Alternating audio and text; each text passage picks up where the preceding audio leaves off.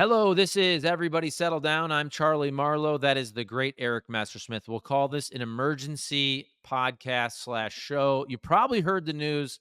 Eric, when we created this podcast, I thought this is going to be the craziest year in politics of our lives. And it took a while.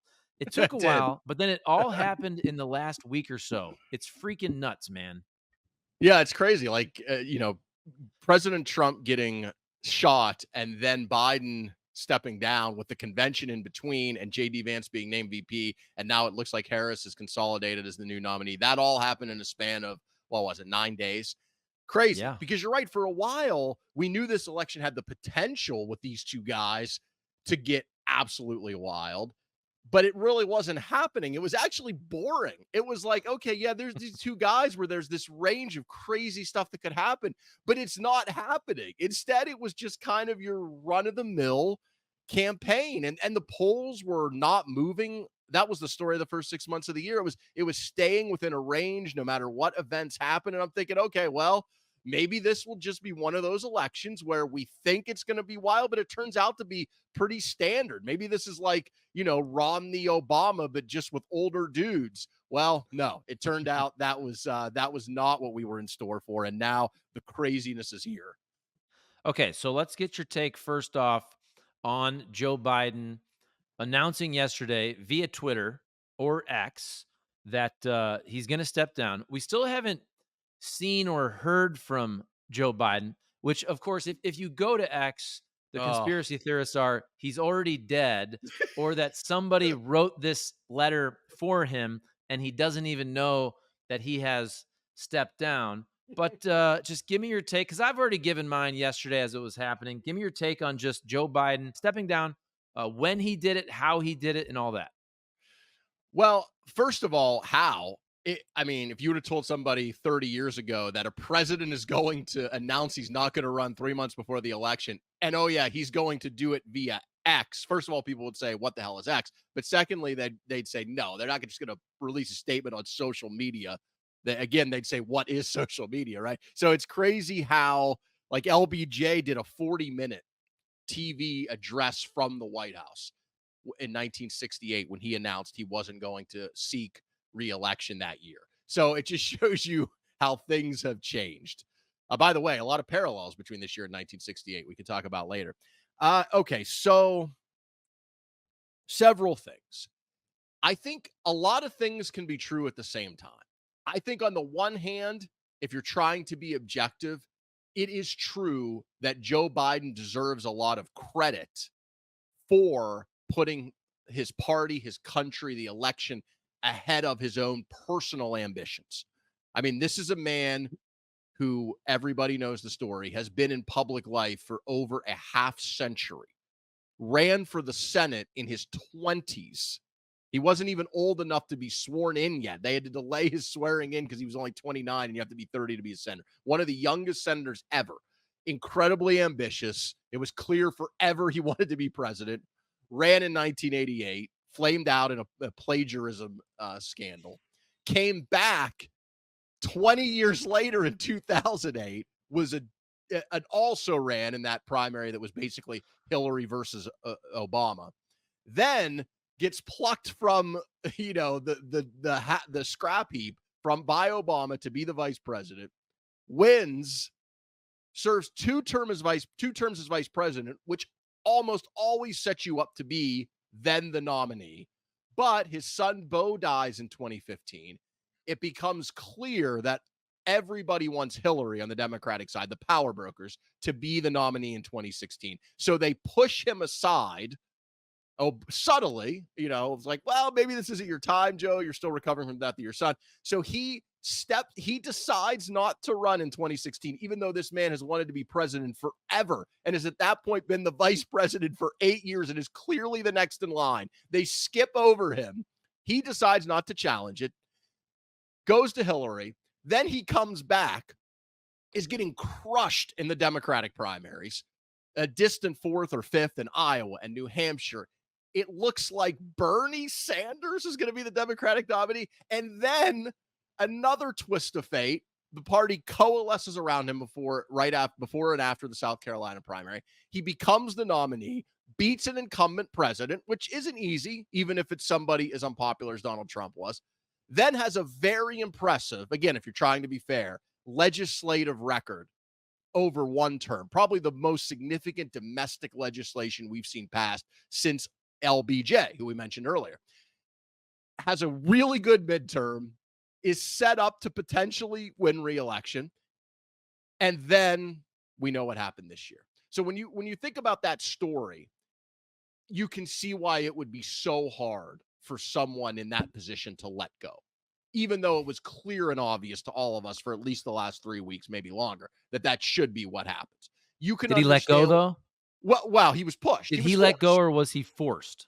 So I want to give him credit in that regard, because could you imagine Donald Trump in a similar situation giving up power? I mean, I don't care if every elected Republican called for him to leave. There's no way that he would give up power. So he deserves credit there. However, I've heard a lot of praise of Biden in the last day or two, which I, to some degree, agree with and accept. But as you mentioned, this wasn't just him doing what, in hindsight, he clearly should have done in 2023 and say, I'm stepping aside. I'm going to focus on being the president for the next year and a half. I'm going to pass the torch. This was him being pushed to the edge by Nancy Pelosi and Chuck Schumer and Hakeem Jeffries and basically the donor class, the Democratic elites, right? This was not a decision he came to just kind of on his own for the good of the country. So that deserves to be pointed out. And again, both of those things can be true at the same time, and I think they are true.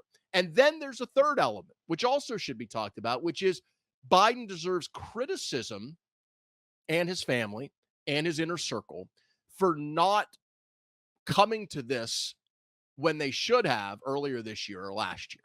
And again, I know people say, well, what do you expect him to do? Here's what I expected him to do. If I were the president, okay, and I were 78 years old, which is what he was when he won in 2020. I would say, look, I think I can still do this. I feel good about my mental abilities, but I recognize that age comes for us all. And so I'm going to set up a commission, an independent doctor, whatever the case may be, that every 6 months is going to examine me and release the report publicly. And if my cognitive abilities begin to decline rapidly, I'm going to, at that point, step aside and, either leave the presidency or not seek re-election. Like, he could have done that, right? He could have done that. He didn't do that. Instead, what did they do?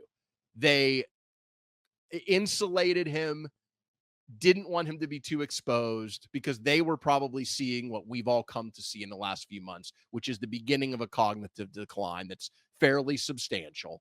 We don't know the exact degree or extent. And so they shut down any kind of criticism of it or anyone really that wanted to examine or look into it. So Biden, as the leader, deserves blame for that. And then obviously the people who helped prop that up, his family, his inner circle, certain, Democratic elites that have then turned on him. They were some of the same people defending him, even though we didn't have a lot of information because we didn't see him a lot in public. So I think the criticisms and the praise can exist together if you're trying to evaluate it fairly. Yeah, I think what happened, we've discussed this, but I think that initially Joe Biden was going to be the bridge that he said he was. When he did so well in the 2022 midterms, it kind of reset everything. And so people are looking at him like, well, heck, we did so well. There was no red wave. Maybe we'll run him again. But then I do think the last 2 years, there has been the severe decline. So I think it's an interesting discussion about the grand conspiracy theory of the power brokers. Was this all kind of being puppeteered? And I truly believe, because look, at the end of the day, these power brokers want power. They want whoever has the best chance to win. And so after the 2022 midterms, they probably think Joe Biden gives us the best chance to win. You have this steep decline then that, to me, it started when he fell off his bike. That was like the first Yeah, big one. I can't remember exactly when that was. I But agree. then but then there were a lot of, he fell down. There were a lot of just times he was up there and didn't know where he was going with the podium. And then it just kind of kept building. There were 5, 6, 7 different things. And then all of a sudden, that's all you talk about. And then it gets to the debate, which was just, uh, you hit the iceberg there. But I'm just thinking because I think you could make a case back in 22 and early 23 that Joe Biden gave you the best shot. But then they start to realize, are they thinking it's too late? And then also for the conspiracy theory folks, I do think once you got to primary season, Democrats probably did want to kind of choose who would be the nominee. Like I've said all along, I think if RFK Jr. had a real shot, there is a very good chance that he could win that Democrat primary because in the same way nobody ever said Donald Trump would win the Republican primary, right? I think if you gave that man a shot, he could have won. Somebody else, like, would Kamala Harris have won? I don't even know if Democrats want Kamala Harris, but like now I think she's probably going to be the pick. But it's because there's only about 4 weeks till the convention.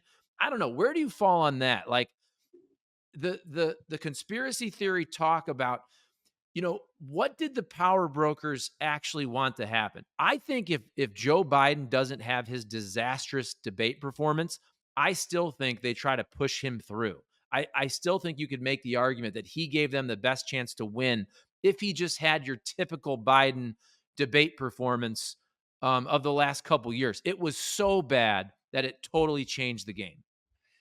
I have seen so many people talk about this in such a strange way over the last few days. So it's almost as if we act like real life is this perfect simulation, right? Where we have perfect information at all times and everybody follows that perfect information Mhm. logically, which is what how hindsight works, right? So that's what people are talking about. Like in hindsight, if we knew this debate would happen this way, if the cognitive decline, we knew it was going to be so severe, then obviously everything would be different. But yeah, if an asteroid didn't hit the earth, the dinosaurs would still be here. I mean, that's not how the real world works. And also, it's not how aging works. People act like aging is a switch where you're perfect and your mental acuity is the same exact way that it was when you're 50. And then all of a sudden, the next day you wake up and you have no idea where you are. I mean, yes, do things like that happen very quickly in certain extreme examples? Sure. But that anyone who's dealt with aging relatives know that is not how it works. For most people, it is a gradual decline as you age. Your memory's not quite as sharp. You need to go to bed a little bit earlier. You're physically more tired and slower. And then maybe all of a sudden over a period of 3, 6, 9, 12 months, there is a sharper decline, right? That is often how it happens. And I think it's pretty clear that is what happened with Joe Biden. I'm not a doctor. Obviously, I'm not there around him day to day, but based on just common sense of how aging works and observation, I think that's what happened. So, to your point, think about this.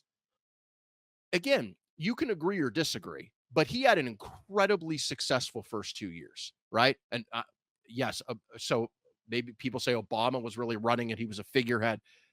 I know people have their conspiracy theories. He was the president of the United States, right? However, whatever credit you want to give him, like was he writing the bills by hand at candlelight? No. But he was in charge, bringing the coalitions together, signing the legislation. So you have an incredibly successful 2 years as president in terms of passing meaningful legislation. You survive a midterm better than Barack Obama did, than Bill Clinton did, than really almost any president in modern times has done, right? That's what happened. And then he wants to run again.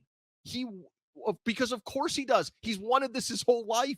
He's been successful at it for 2 years, going back to I'm talking about early 23, the period where it could have changed. He's been incredibly successful at it for 2 years. He survived a red wave that didn't happen. He's polling better than his vice president, significantly better, and than any other Democrat outside of maybe Michelle Obama that's being tested.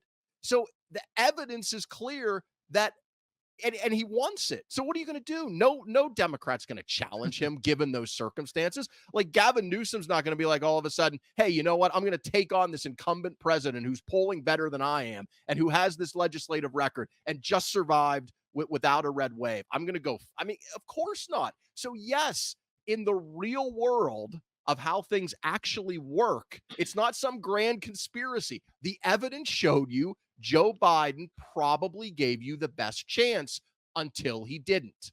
And he didn't because the cognitive decline, as we've seen, really kicked in. And then it was just laid bare at the debate for everybody to see. And at that point, you had to have blinders on to not see what was clearly in front of your face. But there were still people then who argued Biden still gives us the best chance. I mean, AOC was making a video about it a few days ago. So it's not like people didn't believe Biden gave you the best chance.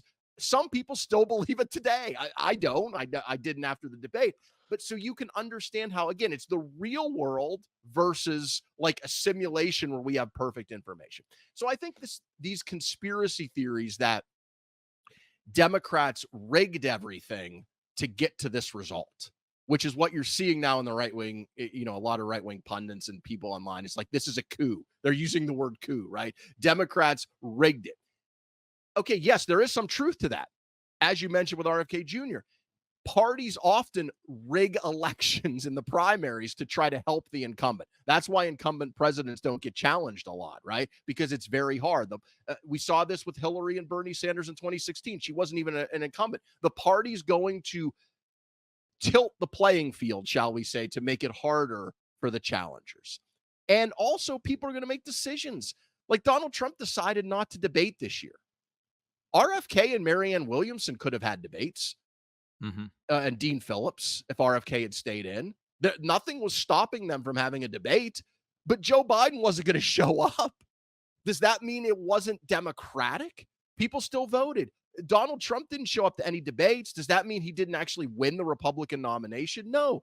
So my point is, do parties and do candidates try to tilt the playing field to make it better for them or easier for them to win? Yes, that's what happens in primaries.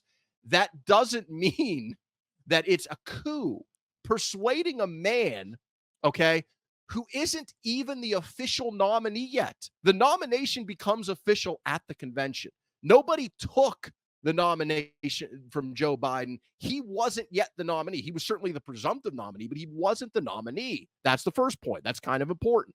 The second point is Kamala Harris was his vice president. If he's going to step aside and is going to be her, that, people were voting for Biden knowing that Harris was his vice president. The third point is a coup or an attempted coup is trying to or successfully overturning the results of an election. That's what it is. We just had one attempted in America, like not long ago. We have a fresh reminder of what it is. It is not pressuring and trying to persuade an elderly man who has clearly declined to not run a race that he's not up for. And then he begrudgingly perhaps comes to that conclusion and announces he's not running. That is not a coup. That is actually what a responsible party should do. That's what you should do. Because what's the alternative? Putting your head in the sand and saying, oh no, Democratic primary voters picked him over Dean Phillips and Marianne Williamson. Therefore, we're going to run an 81-year-old man to try to be president until he's 86, who just had the worst debate performance we've ever seen and is clearly diminished. Is that what people think Democrats should have done? Like, would that have been the more responsible thing? Of course not. It's a ludicrous argument. I mean, it really is. The only argument I've heard that I don't think it's accurate, but that at least maybe you could kind of twist it into being a quote unquote coup is if you believe that a group of Democrats got together and they knew all along that they were going to force Biden out before the convention but they didn't want a primary process because I guess they wanted Harris and they thought maybe she'd lose. So therefore they covered up Biden's. I mean, think about what you'd have to believe. You'd have to believe they covered up Biden's mental decline to get him through a primary, knowing all along they were then later going to switch him out because they wanted it to be Harris, but they didn't think Harris as the vice president could win the primary.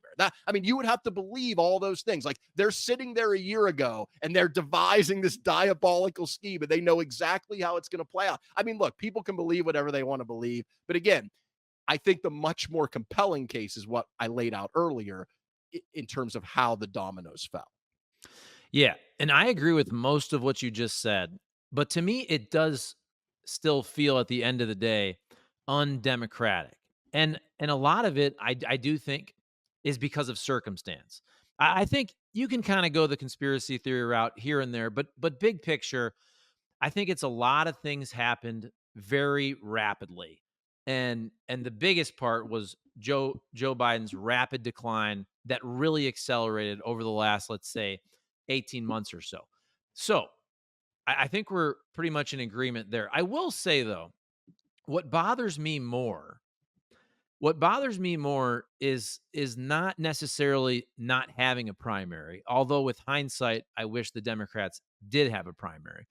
But it bothers me much more that now it seems like Kamala Harris has been anointed as the nominee. That's what I don't like. And I'm kind of responding a little bit here to some comments I've seen on X from a lot of people on the right and media pundits and all that. And there's this argument that, oh, if you don't think, when you basically choose a vice president, that means you're choosing the next president. To me, that's not true. I understand that if something would have happened to Joe Biden, that Kamala Harris would have been the president. Like if Joe Biden died, for example, 6 months ago, we know Kamala Harris would have been the president for the rest of this first term. That doesn't mean that Democrat voters automatically think she should be the nominee moving forward in 2024. And you could say the same thing about, nobody ever thought Dick Cheney was going to be a president, right? No. He balanced George Bush. Nobody ever would have thought Dick Cheney would actually be the president after George Bush was done. Dick Cheney didn't even think that. Exactly. Look at even Mike Pence. Maybe in the perfect world, Mike Pence thought, oh, if things go really well here, I could be president after Donald Trump. Certainly that didn't happen. But to No. act like after new information comes out, you can't reset the deck and want somebody else. For example, I think Kamala Harris was a fine choice. I'm not saying she was the best, but I mean, she was she was a fine choice to be vice president in 2020. I never thought that means automatically she's going to be the nominee in 2024 or even 2028 if Joe Biden won. And I think what happened with Biden and Hillary also should have shown Democrats and really everybody how important a primary process really is. And even go back before that. Look, Hillary was anointed to be the nominee in 2008. Guess what happened? There was a primary and Barack Obama came out of nowhere and smoked her.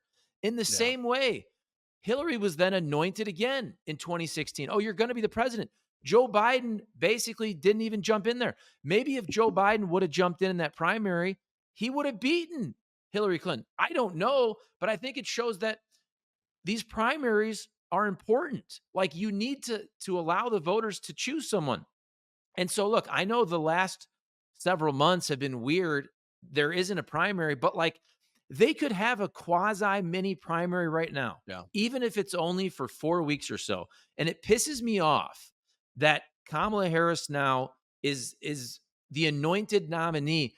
Yeah. I don't know, by the way, I don't know if Kamala Harris is the best choice. I don't think she is, but she should be able to prove herself over the next 4 weeks or so. And if you say it's not enough time, you know what? It's not perfect, but have a bunch of debates, town halls, do a million interviews, her and all the other people that have a shot. She should not just be able to get it. And that's what actually pisses me off even more right now than not having the primary. Yeah, I mean, look, if you look at other democracies, France, they announced they were going to have parliamentary elections and like in 5 weeks or so. And they had 2 rounds of elections and they did it all in about 5 weeks. UK elections were similar. That's how their systems work. They call elections and then like 6 weeks later they vote. So the idea that you can't do it, and here we're not even talking about voting. Nobody is going to go to their precinct and vote. We're just talking about a couple thousand delegates who all together in the same space. So you don't even have to do the logistics of having, a 50 state election. It would be a couple thousand people in a convention hall. I think there's a lot to talk about with what you said. First of all, I think had Biden dropped out immediately after the debate that weekend, and you had that extra 3 weeks. So now you're talking about at that point, you would have had 7 weeks instead of 4. I Mhm. think that we may have been in a different world at that point. I think you would have seen at least one of the main contenders, if not more, jump in. And I think the pressure to have a primary would have been more for two reasons. First of all, you would have just had more time. Secondly, Harris would not have had those last 3 weeks where she has smartly consolidated the base behind the scenes.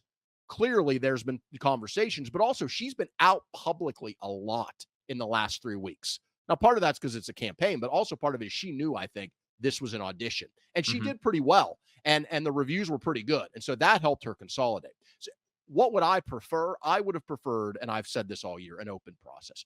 Even if that leads to Kamala, I think she's stronger for it because then she's beaten somebody, right? She's earned it to some degree. I think that's better for her than a coronation. But also, I just think from a purely Democratic standpoint, that replicates the real primary. You obviously can't do a real primary now, but that replicates it in a way that a coronation certainly doesn't. So, in terms of the democracy argument, the Democratic argument, I think that gives you at least some semblance Mhm. of a system. So, that's what I would prefer. Now, I do respect the argument that if you're saying, okay, from a purely practical strategic standpoint, what puts Kamala Harris or what puts the Democratic ticket in a better position? Is it a coronation when you have her rivals all come out in the last day and make a decision not to run? Remember, Gretchen Whitmer could have run. Gavin Newsom could have run. They could have done it. They chose not to. They saw the writing on the wall clearly. But so everyone getting together behind her and the excitement we've seen and the fact she's raised $50 million in a day, is that better, or would it be better to have them fight it out? And possibly the downside of that is you go to the convention with it undecided and she doesn't get it. And all of a sudden the party fractures. And maybe African American voters, maybe others say, what the hell is going on? How did you take this from Kamala, who was clearly the heir apparent? I'm not supporting the ticket. I'm bowing out. I'm not going to work as hard. I'm not going to give as much money. And so you could see that as that's real and that's possible. And so from a strategic standpoint, I think you can make an argument which one puts your eventual ticket in a better position. In terms of primaries, I think one thing we have to remember too is part of the whole argument about democracy and the coup thing, I think conflates two things that are not quite the same. A general election is never been in American history the same thing as a primary. It isn't today. It certainly has not been. Like in 1860, Abraham Lincoln won the Republican nomination on like the 20th ballot. Nobody voted for him. Like people in the convention hall did. They didn't have primaries. Nobody said, oh, his election is invalid. Like in 1944, think about this. FDR was dying. Like he would end up dying like 6 months into his term. He was in a bad way. The Democratic Party nominated him in a smoke-filled room. Nobody voted for FDR in a primary, but yet nobody argued that 1944 election was illegitimate. And then what happened over time is we had a combination system of primaries and delegates. Democrats had super delegates for a very long time up until 2016 they were elected officials, party bosses. They voted for the nominee at the convention. And nobody said it was illegitimate. In 1980, Jimmy Carter had won the primaries, but Ted Kennedy challenged him at the convention, Mhm. and delegates were in many states free to vote for whoever they wanted to. They weren't bound by the results of the primary, but that wasn't considered to be illegitimate. And the reason is because parties have always selected their nominees in the way that they set up the rules to select them. The delegates are decided. Some states it's winner take all. Some states it's proportional. People change the rules all the time. Donald Trump's people changed the rules here in California where I live this year. So the California's delegates to the convention were decided based on winner take all, not proportional Mhm. representation. So if you won by one vote, even if you got 30% of the vote, you got every delegate. Is that democratic? Of course not. But it also isn't illegitimate, right? Because those are the rules the party sets up. That's what parties do. They set the rules for how the delegates decide who the candidate is. That is not the same thing as a general election where everybody votes and we all know how the voting works and we all we should at least accept the results of those elections. So I think there is a little bit of conflating general elections to party primaries, presidential primaries. And again, I'm not saying I don't like the primary system. I want to be clear. I wish it were more democratic and more open. But as a caucus, which Republicans have, that's not democratic at all. The only people who vote are people who could show up and stay there for 2 or 3 hours at a specific time at a specific place. That's the opposite of total democracy. So I just think that people either don't understand or they do understand, but they're not mentioning that party primaries are completely different from general elections. And that's another reason why the whole coup argument is just ridiculous. Parties always decide who their nominees are. They do it in a variety of different ways, many of which are not democratic at all. Yeah, I'm not somebody who says coup at all when it comes to what's happened here with the Democrats. Again, the coup attempt was 2020 fake electors calling up Michigan, calling up Georgia, in my opinion, and they're not the same. So I would never use coup in terms of what happened with the Democrats, but it is fair to say, I don't even know if fishy is the right word. Not fair. It does reek of when you kind of said the smoke filled room, the power brokers. It does reek of that. It feels unfair. It feels undemocratic, even if it's not a Yeah, coup. And I understand. By the way, it's obvious if you're on the right, you take your biggest weakness, which is January 6th, besides abortion, but you take your biggest weakness, January 6th, and you try to neutralize it and say, no, the real coup is what the Democrats are doing right now. So I totally understand that from a strategy standpoint. But my thing is like, if you were just looking at this election, I can understand how people on the right would say, well, we at least did it more fair. Like Donald Trump didn't show up to the debates, but he didn't show up to the debates because he didn't have to, because yeah, his lead was so big that it didn't matter, right? And the Democrats didn't even give you an opportunity. yeah. And again, there's a lot of weirdness that happened, but at the end of the day, if Kamala Harris ends up being the nominee, myself, I think still, I'm a registered Democrat. I will feel like I didn't really have an opportunity at all to Right. pick the nominee or Yeah. or You even see a didn't. process. I know. Right. I literally didn't. And then I also didn't even get to see any type of real process. Yeah. Like I understand I thought Trump versus DeSantis would be a dogfight. If you asked me 2 years ago or 18 months ago, I really did. I thought Trump versus DeSantis would be really, really interesting. It wasn't. We didn't even bring up DeSantis at the end. It was Nikki Haley, but at least the opportunity was there for DeSantis to take it. It was Yeah. there for Haley to take it, and she couldn't.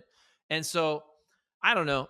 I just I just feel like I understand that if it's Kamala, most Democrats are going to rally behind her, but like I don't like that. I don't like the way it's gone down at all. And honestly, like Kamala Harris personally, she doesn't inspire me that much, but also we talked about this the other day.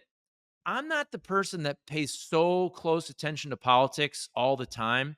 Like I haven't seen a lot from Kamala Harris. And by the way, I watched her give a speech today at the White House and it looked very presidential. Now, obviously, they're rolling her out there. She's essentially going to be the president for the next month or the next 4 or 5 months, right? Like she can use that bully pulpit, even though she's not going to be the president. It's going to feel like Kamala Harris is the president of the United States until the election. But for me, I don't know. Like I wish she would have proven herself, and that's where the primary process and the debates and all of that. I would feel much better about Kamala Harris if we had that opportunity. So to me, I'm like, okay, she's going to be the nominee. Maybe she wins. I'm not super excited right now unless she can make me excited about this over the next Yeah. 4 weeks. No, I agree. And as I've said throughout this whole year, my preference would be if Biden showed he couldn't do it, which clearly he has now, my preference was an open competition because I think there is risk in that. But I think the reward is potentially you get the strongest possible ticket, which is ultimately what you should be doing. Plus, it creates a ton of media attention and buzz and excitement around your candidate, whoever it ends up being. So I think that would have been the best way to do it. That said, remember, people are making decisions here. Nobody is saying to Gretchen Whitmer, or Josh Shapiro, or Wes Moore, or Gavin Newsom, you can't run against Kamala. In fact, the opposite is true. Everyone knows they can. And the fact that they are choosing not to, yes, it does speak to a coalescing, but it also speaks to the perceived power of Harris. I mentioned earlier, nobody challenged. Look, RFK Jr. is a unique candidate, but he's certainly not well thought of by large parts of the Democratic base. Let's Mhm. say that, right? And he hasn't been for a while. No serious Democrat challenged Joe Biden, just as no serious Republican challenged Trump in 2016. Oh, Dean No, Phillips? yeah, right. Apologies, D. Phillips. No serious Democrat challenged Barack Obama in 2012 or George W. Bush in 2008. They could have. There was no law stopping them. Why didn't they? Because they knew that president, that incumbent president, was powerful and had the party behind them. They had all the endorsements. They had the donor class, and it would be really hard to win. And it might damage their prospects to try to win later. That's essentially what Gavin Newsom and Gretchen Whitmer and others are deciding now. They're looking around. Nobody's stopping them from running, but they're saying, you know what? Kamala's proven she has the donors behind her, the elites of the party behind her, and I could do it, but is it worth the risk? And would it damage me for the future if I did? So I wish they would have. I wish at least one of them would have gotten in, but I don't think it's a major scandal, for lack of a better term, that they didn't. I think this is how parties work. Parties send signals of who is powerful. If donors were coming out, and I did see one donor today, there was a prominent donor in Florida who said, I'm not backing Kamala Harris, I'm out. I think it should be somebody else. I want somebody more moderate, right? If that person was more representative of the donor class, somebody would be in there fighting Kamala. If there were high profile politicians who came out and said, I think this should be an open process and I want somebody else. If Chuck Schumer or Nancy Pelosi or Hakeem Jeffries or others came out and said that, there would be somebody else. Parties send signals about how strong a candidate is. And all the signals are Harris is strong. Now, are they making the right calculation? That's a different question. That's more of a judgment call question. But it's not unique that parties coalesce around somebody strong and send the signal that you might not want to do this. Yeah, that you can do it, but it might not be good for your long-term prospects. Is she strong though, or does she make the most sense because she was already on the ticket and the whole war chest argument and the fact that we're running out of time? Like to me, I agree with you. If Joe Biden would have stepped down like the Friday after the debate, now you essentially have 2 months instead of 1. So I don't know that Kamala Harris is actually that strong in a general election versus Donald Trump. I think she's strong because Democrats feel like with the time they have and the money situation that she has to be strong. That's my take. So Right. We I need her to be also strong. yeah, we need her to be strong, so we're going to get behind her. I'm curious your take on so we're just going to assume Kamala's the nominee until she's not. Um I think Kamala is interesting because she's right at the forefront of basically the big issue on each side, the biggest strength and the biggest weakness for each party. And I'm not talking about anything with the economy, that's obviously a huge factor. But if you look at abortion and immigration, clearly Democrats' best issue is abortion. The fact that you can have a woman speak to that, I think at the top of the ticket, I think there's a lot of value there. Now, go on the other side. Democrats' biggest weakness, I said a while back, the biggest weakness was Joe Biden's age. Now that's gone. But from a policy standpoint, immigration is the Democrats' biggest weakness. That's the biggest strength for Donald Trump and the Republicans. So while Kamala Harris, as a woman, I think there's an advantage there with abortion. She was the border czar. I don't even know why we should have czars, honestly. We shouldn't call anything Yeah. czars in the United States of America, Well, but she was the border czar, and the border is and was a disaster under Joe Biden. So it's just kind of an interesting dichotomy there. yeah, I mean, first of all, quick point on the borders are to be fair, I think that's where her detractors call her. I don't think the Biden administration, ever said she is known as the border czar. I think what happened is they said early in the administration, and this was in hindsight a terrible mistake. They said, Kamala, you can be in charge of the root causes of immigration from these three triangle countries where at that time most of the illegal immigrants were coming from. So they gave her kind of a very specific thing, but of course, Republicans smartly turned that like Kamala Harris is in charge of there to build the border wall or expel people from Mexico. Like she's got a badge standing at the border with a sword like Jon Snow in Game of Thrones. So I think some of that was played up, right? But it was a terrible mistake to get her anywhere near a lose-lose situation. So there's a lot of things to say about Kamala Harris. Was it though? But hold on. Was it a lose-lose, or could the Democrats have just been better on the border? They Well, could it have. was They could have been better. right. No, I want to be clear. I'm not saying there's nothing the Democrats could have done. I mean, look at the numbers now. The numbers for June plummeted. Border crossings are down now to their lowest level since Biden came into office. Like the last months of Trump, there were in June. Why is that? It's not a coincidence. It's because they changed policy, and also they got Mexico to start actually enforcing their side of the border. So the obvious question is, why couldn't they have done that in 2021 or 2022 or 2023? So you're right. They screwed up the border badly. But my point with Kamala, why I say lose-lose, is because the administration was never willing to do the things that could have made it a win, right? So that is why I say they set her up to lose, because they weren't willing to do the things that could have made it a win.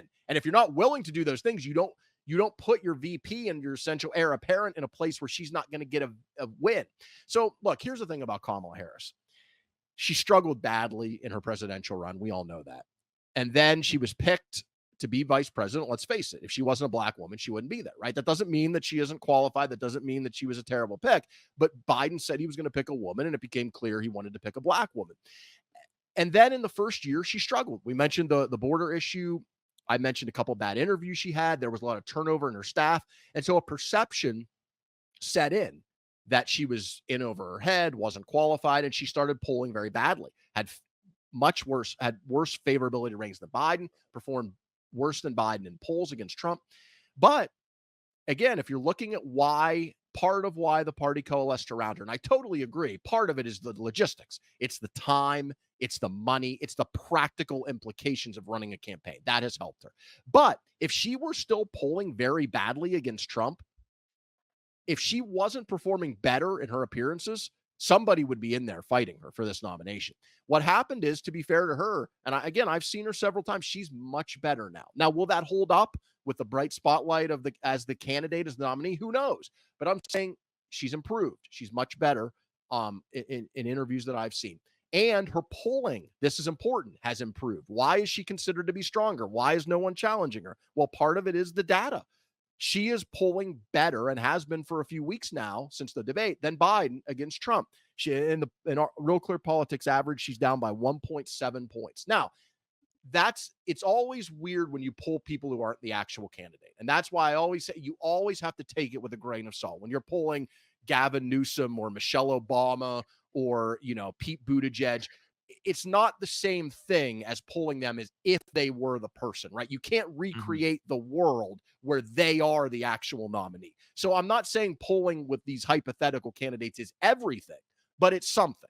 And when Harris is doing worse than Biden, getting beaten by Trump pretty easily, and now she's better than Biden, and not just better than Biden, better than pretty much anyone else you poll, and she's only down by 2, that gives you a data point if you're trying to say she's got a chance. In terms of what it looks like, look, I've said before, I gave Biden about a 20 or 25% chance if he stayed in. I think Harris starts at about 60-40, meaning Trump 60%, Harris 40. I think that's kind of the starting line. Then it's based on how she performs. She has advantages over Biden. Again, she polls better among certain demographics. I saw a poll in Virginia where Biden was beating Trump by about 14% with women. Harris was beating Trump by about 23% with women. And she slipped a little bit with men versus Biden, but only fractionally. So that shows you there might be upside with women, which makes sense. She'd be the first female president.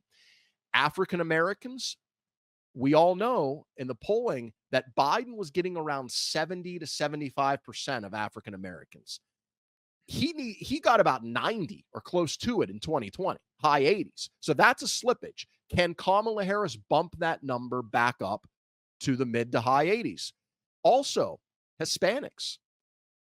Biden was polling okay with Hispanics, but not great. It was like 55-45, somewhere there. He needs a bigger margin, or the Democrats need a bigger margin. There's been some polling that I've seen that Harris does a little bit better. But so she brings some advantages in terms of building an electoral coalition. But there's also some areas where Biden was doing better than her.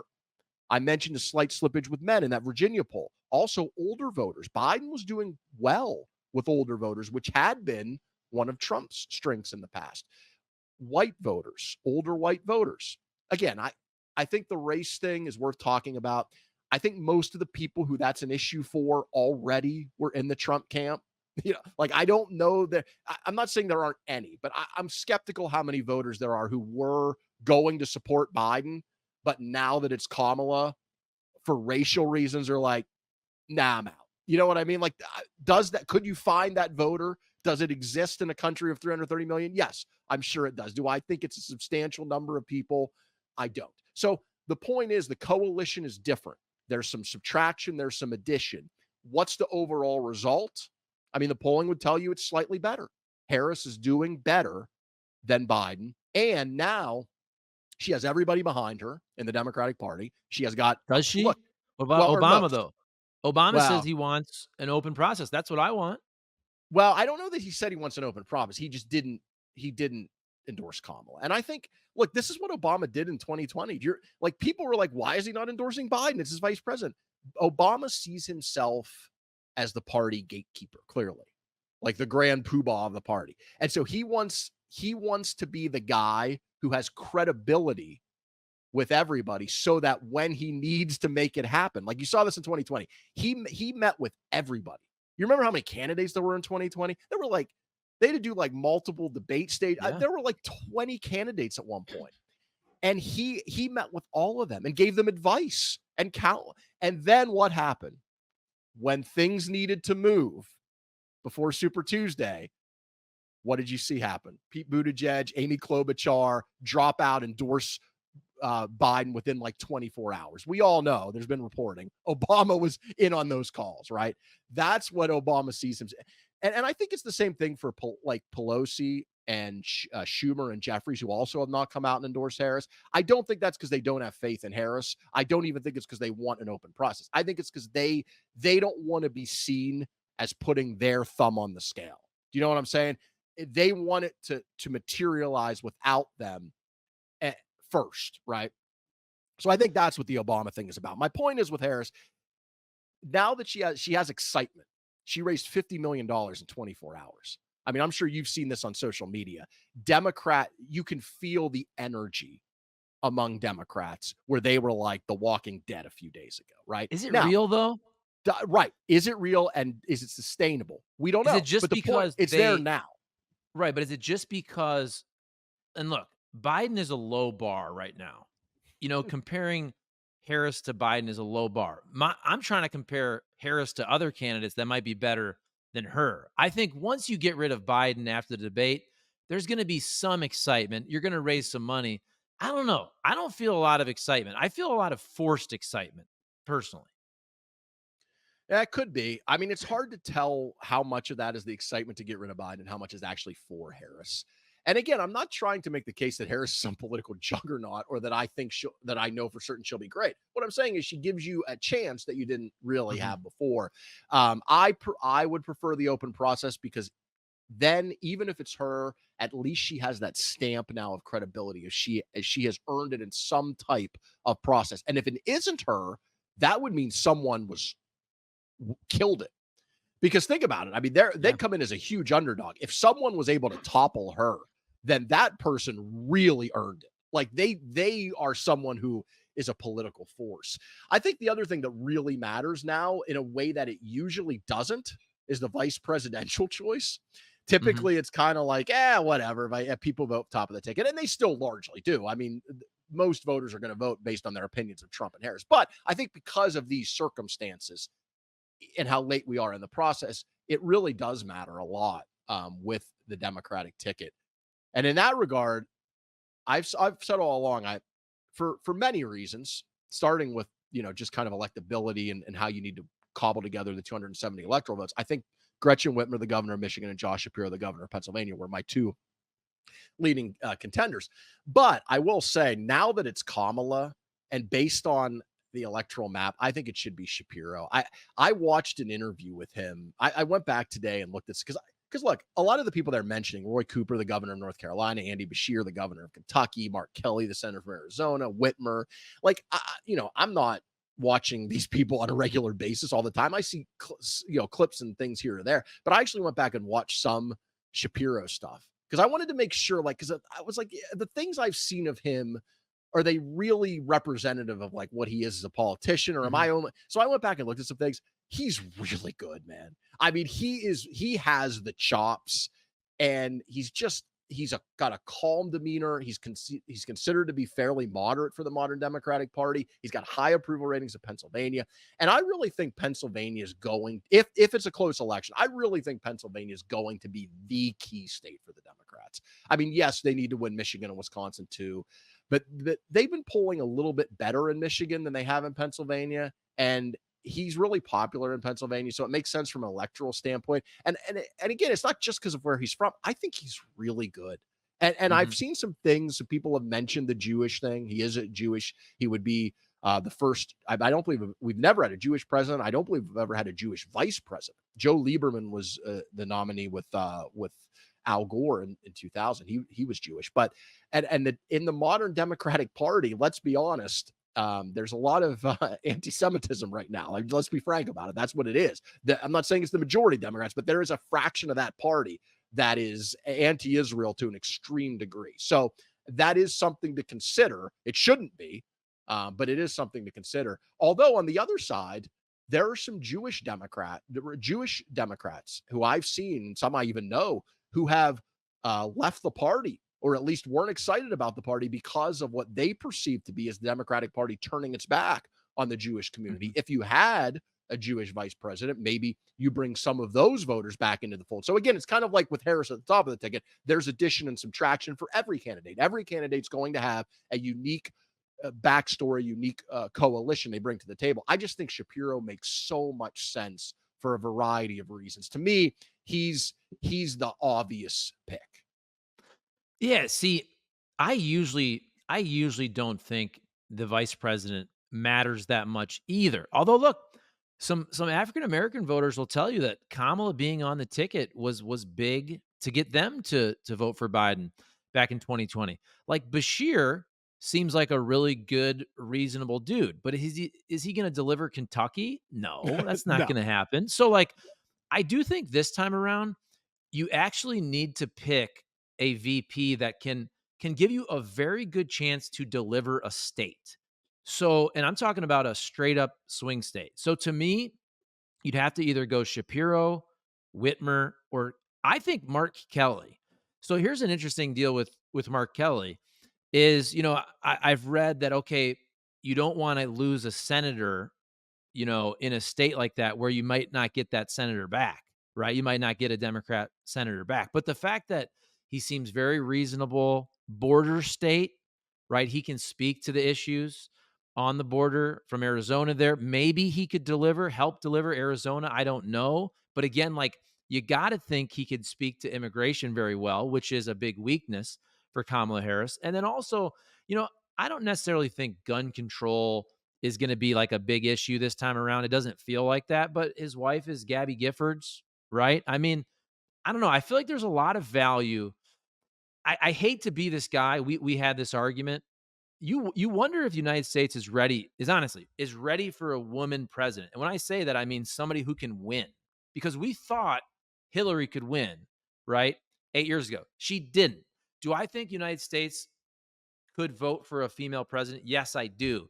If the whole ticket is female, again, we're very slow in this country to kind of accept things. I don't know if the country I would be okay with it. I don't know if the country's ready for a Harris Whitmer all female ticket. So to me, it's Shapiro or Kelly, and I think both those guys would be great picks.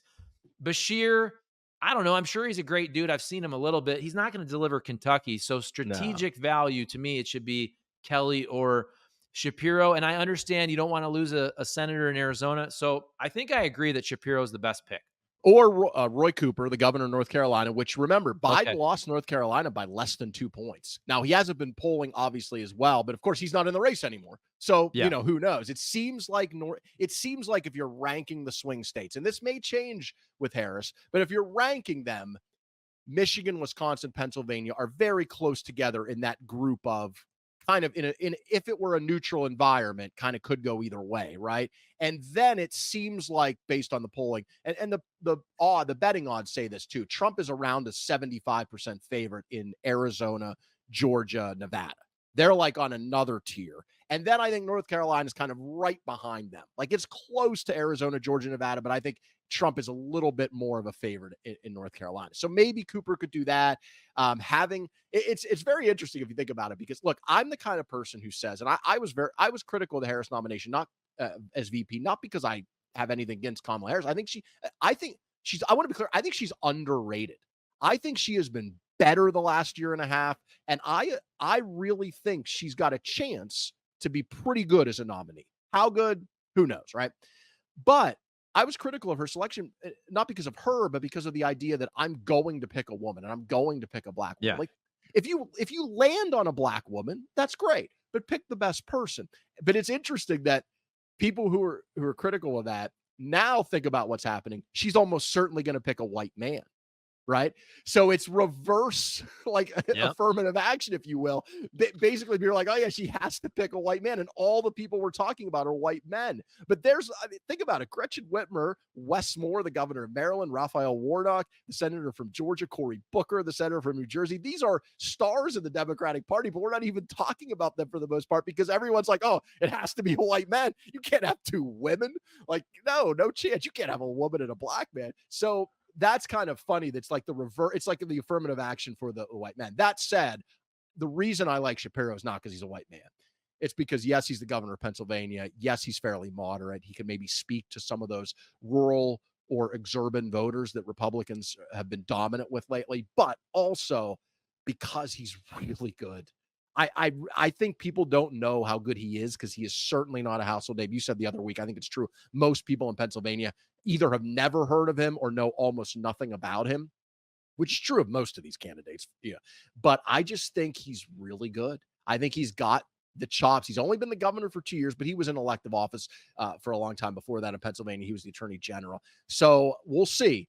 But to me, I really hope, I don't think this will be the case, but I really hope the Jewish thing doesn't play into this. And I really hope you don't see some Democrats organizing against him because of that. Because look, the vice presidential thing, it doesn't play out in public. Presidential campaigns are nasty, primaries are nasty. We see it. We see the nastiness. We see the fights on the debate stage. We see the ads.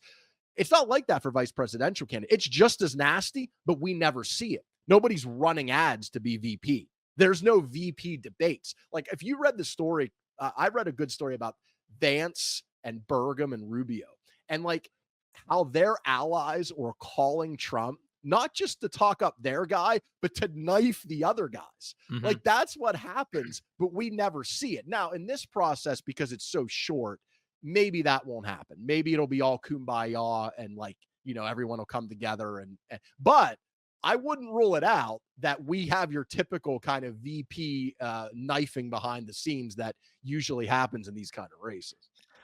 Yeah, I hate to do this based on it's the whole judging a book by its cover, but it is funny how because Kamala Harris is a black woman or I don't know her exact background, but woman of color, whatever. It's like you have to pair her with a white male. And it's funny too with Shapiro because like by the way, if and you know this, if you go on X in the For You tab, like everybody knows the I assault first on of all, Kamala yeah, if Harris. you go in X of the For You tab, like you better take a shower afterwards. I Yeah, do it all the time. I want to be clear, but it is like the cesspool of right. cesspools. You're gonna see a lot of pornography, but also you're gonna see basically like, let's be Charlie, real what are you about talking about? I don't know what the algorithm says yeah, about you. I don't see any yeah. pornography on the For You tab. Well, let's be real about how the right attacks Kamala Harris through the meme warfare. Meme warfare. Uh, A or B, one or two, whatever it is basically that she slept around to get her start in politics. I mean, let's be real. It's all out there, folks. And Yeah. then the other one is that she just laughs and she cackles and, that she's not smart with the today was yesterday and Sunday was today and the unburdened thing and all that. Yeah. So I only, right. And again, this is just me who like, I consume this through memes and stupid videos on social media, which I hate to say a lot of people do. That's why I think you're right about her being underrated. Like I haven't given her the shot to watch Right. long speeches and debates and all that because again, my picture of her unfortunately is formed by a lot of this stupid crap that we see on social media. But it's just funny. I went a long way to explain like we shouldn't do it based on this, but like when I look at like woman of color and kind of like a woman who cackles, and that's like the MO of her, and like nerdy white guy with glasses, Josh Right. Shapiro, it just like fits. By the way, I thought Josh Shapiro responded really well. His statement after the shooting was very good and very unifying. But I Yeah. understand people have never really heard of him. Dude, I had never even heard of Roy Cooper. And the only thing people know about Gretchen Whitmer, honestly, I used to live in Michigan 3 times. I grew up right near Michigan. But if you don't know Gretchen Whitmer, the only reason you know her is the fake kidnapping. That's the Right. only thing you know about her. Yeah, it's true. And even someone like me who really is into this stuff, I don't know much about any of these people. Like somebody Yeah. posted a thing on X for you and I to look at about Whitmer's record as economic record in Michigan. See, these are the things that would come up with any Yeah. candidate as soon as they become, national profile. So to me, I look at how do I see the political skill? And I do with Whitmer in the things I've seen, but I really see it with Shapiro. I think he's a potential star. I really do in national politics. But with Harris, I think you're right. The negative feelings got baked in, and then the administration didn't help her with things like the border czar thing, and even the voting. They put her in charge of helping like get the voting rights bill passed. That was never going to pass because of the filibuster in the Senate. So again, it's kind of like setting her up to fail. But the point is, the negative perceptions kind of got locked in, and then we didn't see her a whole lot. And so you're right. She has a chance. Everyone's going to see her now. Everyone's going to see her over the next few weeks at the convention, in interviews, in TV ads. And now she's got a chance to change not all of those perceptions because, as you mentioned, the people on X posting the memes and liking those memes, they're never voting for Harris anyway. Let's be honest. But to normal people who aren't invested in the For You tab, right? Who don't see these things all the time. And think about some of the arguments against her. Like, some are legit, as I said, and I've laid out some of them. But like the way she laughs, I mean, really, like that's your main criticism, or the thing that you mentioned what does she say all the time? We need to move Unburden ourselves. move forward by unburdening what has been. I don't remember what the line is. Something The like that. point is, have you watched a Donald Trump rally? He says the same lines all the time. So does Biden. That's what politicians do. They repeat the same stump speech, the same lines over and over and over again. So that's one of the critics. She says the same thing sometimes. So look, I'm not saying all the criticism about her is not legitimate. That is not what I'm saying. I'm not saying she's a wonderful politician. She is not. But I don't know. So, for instance, if you were to rate politicians on like a 1 to 100 scale, what is Kamala Harris? I don't think we know. I think What would you I would say? say I'd say right now she's probably around like a 53 out of 100. But I'm willing to say she's a 30, and I'm willing to say she's a 75. I don't really know. And nobody does because she hasn't been there. You know what I mean? She hasn't been on that stage. And so I think the range of what she could be, unburdened by what has been, is huge. Yeah, I would probably even go a little higher. And it's not fair, but just by name recognition alone, right? Like everybody knows who Kamala Harris is. And by the way, I think if there was a primary, I don't think she would do better than Josh Shapiro, Gretchen Whitmer, Mark Kelly, if those people actually want to run for president. But name recognition does matter. And so she has that going for her. She does have, hey, woman of color, like it or not, there's value there. I also think strategically, I think she's in a good spot strategically where she can run on if I were running her campaign, I'd say you can run on all of the good parts of the Biden administration and Yeah. also separate yourself from some of the bad parts and say I would do these things different. Right. And also, some of the separation is natural. It's automatic. Yeah. She didn't have that debate performance. She'll have a Yeah. chance to show her own debate performance. She's not 81. Now Trump is the old candidate in the race. by a mile, not Biden. So some of that reset is automatic, and then the rest she has to earn. I will say this, my last point for the show. You can tell by the way Republicans are acting and Trump is acting that they Mhm. don't want this. We talked about this before. They Yep. desperately wanted Biden to stay in, which I don't blame them. They were winning. They had planned for Biden.